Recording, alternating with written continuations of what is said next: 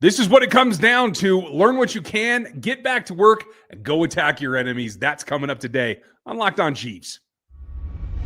From the land of the free and the home of the Chiefs, this is the Locked On Chiefs podcast. Welcome in, friends and neighbors. We have a brand new week to discuss close calls and what's coming next against a team that actually produces close calls very, very well. We're brought to you by FanDuel. You can get a big return right now at FanDuel. New customers can place a $5 bet, get started with $150 back on your account in bonus bets if you win your $5 bet. Super simple. FanDuel.com is the place to go. After you go to ChiefsDigest.com, where you can get Matt's information. I'm at NFL 33 as well as RGR Football. Stop by there and check out Chris's at KC Chiefs Corner as well. We're going to go through a number of things today. Obviously, a quick look at Josh Allen and the Bills. Matt will give you his prediction. That's coming up later in the show. Tomorrow, we will have Joe Marino from Locked On Bills, one of my favorite guests on this network. Joe knows his stuff. We always have a good time going back and forth about the Bills, so don't miss that tomorrow. Then we're going to get into what can they take away from this last game against the Broncos, and we'll start with the windows that are opening. Doors haven't closed, but windows have opened. There's some phrase in there, Matt. Make sure you like, sub, and hit the bell, folks, and thanks for being part of Locked On Podcast Network, your team every day. Go check out another show for your next one.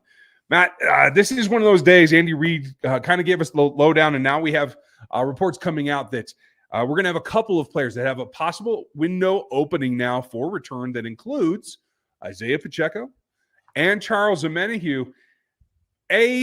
Do you think that either of them is anywhere close? I like to think they probably need the full windows here for both of them. I'm even a little bit surprised about Omenihu. Who do you think is probably closer to an actual return on the field? Yeah, I don't think there's any doubt, and Andy Reid kind of confirmed that on Monday that Pacheco is the one that's going to be closer. Omenihu, remember, when you're on NFI, you're just doing skills. You're not doing anything football activity and certainly not any contact. So Charles Omenihu hasn't played football since January, so he's definitely going to need the longer window, maybe even the full 21 days. Wouldn't surprise me if it took the Chiefs until that point before they returned him to the active roster. Pacheco, it's been a much shorter outage. He has been doing some skills. He's been working out in front of the coaches and the trainers. So a shorter time. Is it more than a week? Could be. It would not surprise me at all if the Chiefs held him out of the Bills game, just because that's going to be a pretty punishing game, a lot to it, and he'll just have 3 days of practice under him, and we're going to see how intense those 3 days of practices are for this team. So I could see it taking 2 weeks. Take a little bit of that window for Pacheco. I think Omenihu will be the longer part, but the important thing for the Chiefs is that you're going to get both of these players back in November, and that was always the time frame and the hope for both of them. I'm a little surprised. I thought Omenihu would need a few more weeks. So opening the same time as Pacheco, while it's a great accoutrement for him to have progressed through his rehab to this point, I don't think there's any rush in getting Omenihu back on the field again for the precious days in January that you need him. I'm not sure that they have to do it. Do you sense that this is a changing of priority, that maybe they do want to get him back for a little bit pass rush earlier than maybe we expected in January? I think Omenihu is right on time for them as far as their window. It was always one of those things that it seemed like Omenihu was hoping for October. The Chiefs were fine with December, and November-ish was always kind of the goal. So I think Omenihu is going to be right in there when they want him. And you kind of hit on it. What are they wanting from Omenihu during the regular season? Really just to get his legs under him, knock off some of the rust, slowly work into the rotation. He's not going to be asked to do the same things that he was last year, and certainly from a workload standpoint. He's going to be one of the guys in the rotation behind them. And, you're going to have Karlaftis and Dana as your backups. You're going to see probably Felix out there a lot in run situations, because I think he's actually shown that, being a running edge in early downs is a better place for him. Omenihu might be one of those guys that swings back and forth and maybe just give him a few drives here and there. He's going to be a rotational piece. Jose Uche is probably going to be a third down guy for the most part. Not that you won't see him in some other places, but everybody's going to have their role, and Omenihu's going to be in that rotation. because the Chiefs, they get it. I mean, when you're coming back from an ACL, any injury like that, and you've had that long of a layoff, any player will tell you the first year back is the hardest part, and you're not 100%. So they know they're not getting 100% of Charles Omenihu. So how do you manage that? Well, you use him in spurts. You use him in, a pitch count. You don't throw him out there as much as he played last year. So he's going to play less. They're hoping to get more out of him during that playing time. But they're going to ask him just to be a rotational piece and just be in there with Felix and Uche and see how it goes. And I think that's a good progression. That makes sense. I think I'm a little bit more excited, and probably the team is excited about what I expect tomorrow, because you don't have to give a designation for a window with Juju Smith-Schuster. Sounds like he's very close to being on the practice field tomorrow. I get the sense that that's the way it's going. Do you as well, or is there something else we should be thinking about? No, it seemed like they were circling this Bills game all along as the most likely return for him. And yeah, I think we'll get, confirmation for sure on Wednesday. If maybe the backup confirmation on Thursday. If Juju's out there in any form on Wednesday and is at least the same workload or an improved workload, he was limited on Wednesday and then a full go on Thursday, something of that nature, you're going to feel really good.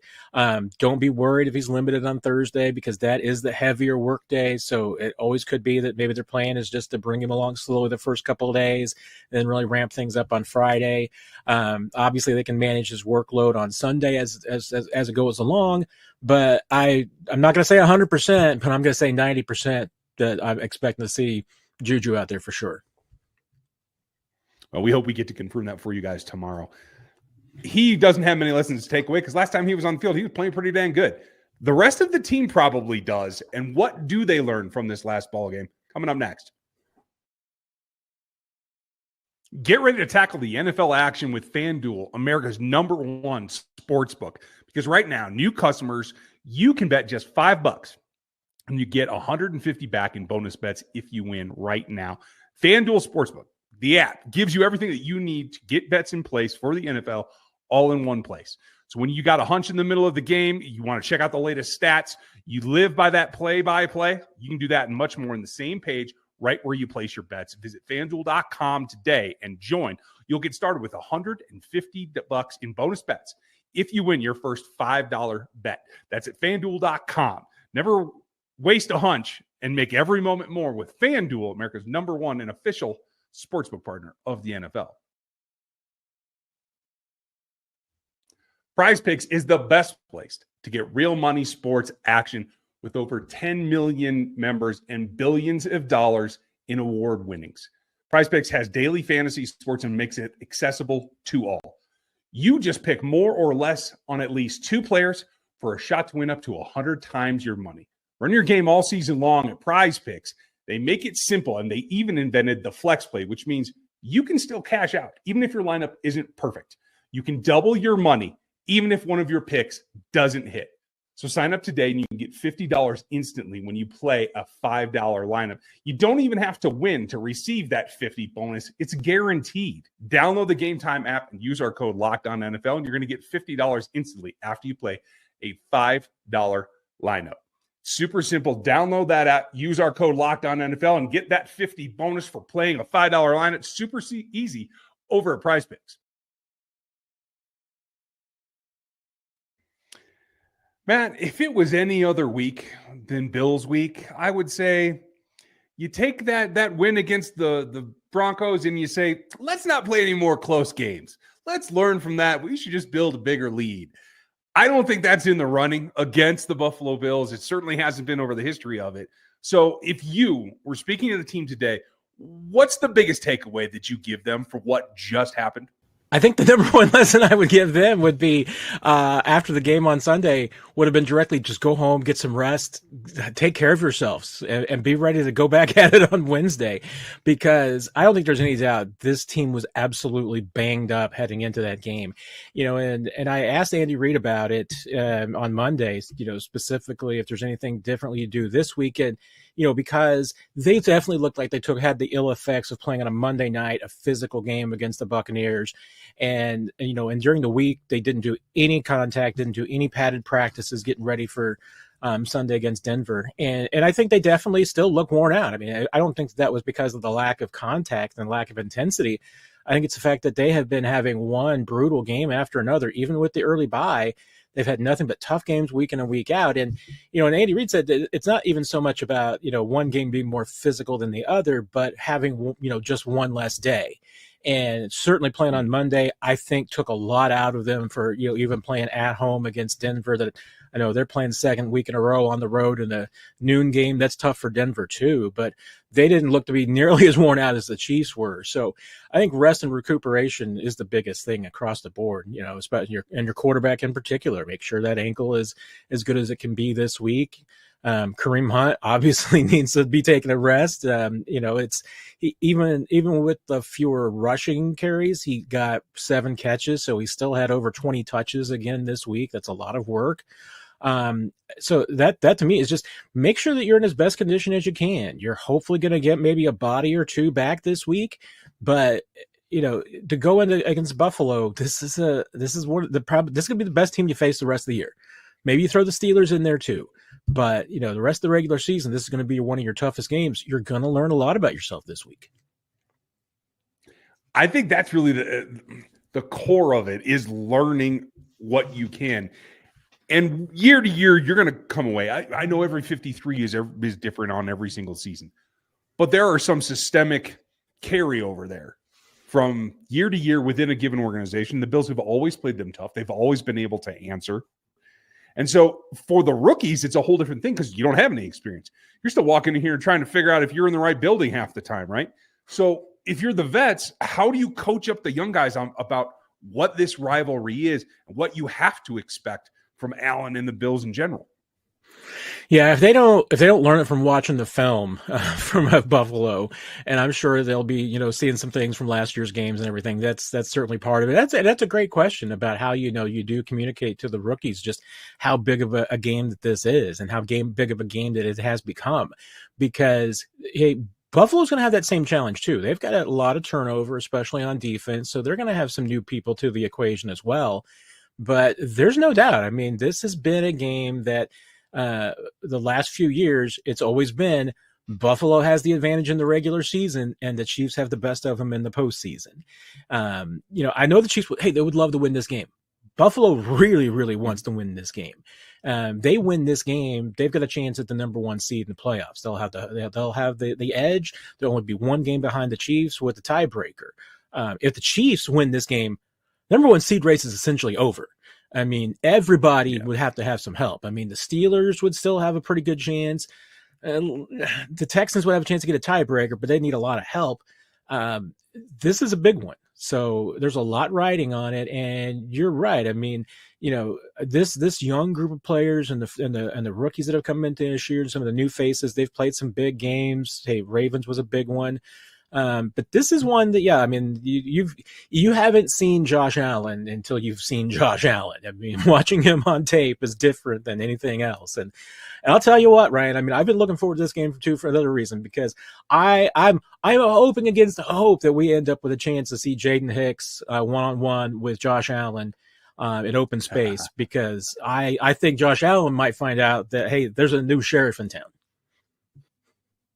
I'm really interested in that because I have his nickname coined. If he can pull it off, I will start referring to him as the Allen answer. And that's the way it will go forward. So let's hope that Jaden can pull that off. It's a lot to put on a rookie, especially against Josh and some of the plays that they've been calling lately. But in taking the bigger step outward, there's a lot of new players on here. Obviously, DeAndre is somewhere enjoying himself on the couch. Hope you're good there, Dat. DeAndre is still learning the offense. Josh Uche is still trying to get onto all the little idiosyncrasies of Spags' defense. There's a lot there. So carryover and learning, I think, is still the thing this week. But for the rookie, Xavier Worthy, against the Broncos and earlier this season, it's been a bit of a slog. I want to find a way, or at least a mentality that I would try to bestow on him about how to just throw that out, reset, play faster, stop thinking as much. Do you think we're getting close to that point where it seemed to click for Rashee Rice and he could just start playing a little bit quicker? Is that within sight for Xavier Worthy? Yeah, and I know that was kind of a question that came up last week, if you're kind of getting into that point. And, and I say, hey, remember, every player is different, and because I even thought that Xavier came out and honestly looked better earlier in the season than maybe Rashid looked in his first few games as a rookie. Now, then Rashid kind of looked like he kind of got in the microwave and advanced rather quickly. He was also forced to a little bit more than Xavier has. I mean, there was a point last year where if the Chiefs didn't throw the ball to Rashid and he didn't make plays, they weren't moving the football. Xavier's not in that spot, so he hasn't had to, kind of have that trial by fire yet. And that's technically a good thing. I mean, that's not great if you're having to force your rookies to come along faster than regular. You got to give Xavier time. There were some good and there were some bad. I mean, I take some good things out of the plays in the last couple of weeks that maybe didn't go his way. One in particular is that, he actually was able to get his hands on some of these balls. I mean, the one that he stepped out of bounds last week, he caught. I mean, at a night game. I mean, that's one of the things like, Tyreek Hill's talked about it, how difficult it is to catch, those deep balls in Arrowhead, and especially in primetime, and the numbers have backed him up. So the fact that, hey, he drifted a little bit, that's a learning thing. And you know what? I thought he improved it. The incompletion on the deep ball, this week I put a lot more on Mahomes because I just kind of got away from him. Maybe it was the wind, maybe it's the ankle, maybe it's the pressure. Could have been all of those things, but I didn't think that was Xavier. I thought that he was in the right place. Just was a ball that wasn't on target. So there's things that are coming along with him. It may be that the Chiefs just need to make things a little bit more simple for him, because he was really thriving in that earlier when they were just concentrating on getting him the ball in space, getting him on the edges, taking the occasional deep shot. You can still do that. I'm not saying don't do that, but do what he does best and see what you can kind of build some confidence and build some production there and see where it goes. Yeah, I like that plan. I hope that is a big part of the game plan. We're going to talk more about that on Friday as we preview the game, folks. We're going to talk to Joe Marino about how they plan to try to maybe slow him down tomorrow, so don't miss that as well. But next, what's going on with the Bills? And what does Matt think is going to go on? What's his prediction? Given everything that Buffalo brings to the table, that's coming up next. Hey, Chiefs fans, remember our great partner, Ultimate Pro Football GM? Well, they're back, and they've added an amazing new game mode, and I'm going to tell you about it. The game lets you step into the shoes of a franchise GM and lead it to glory. Now you can even get into a head coach career mode. So on top of building your dynasty and drafting players, signing free agents, hiring and coaching staff, now you can call the offensive plays during games as well. Ultimate Pro Football GM is completely free, has no ads, it's 100% playable online, play on the go. And here's a special offer for Locked On fans. Use the promo code LOCKEDONNFL, all caps, inside the game store to receive a free boost on your franchise. To make sure you get it, as this is the perk that will jumpstart your play and give you the advantage that you want in creating a dynasty. To download the game, just visit ultimate-gm.com or look it up in the game stores. It's Ultimate Pro Football GM. Start your dynasty today.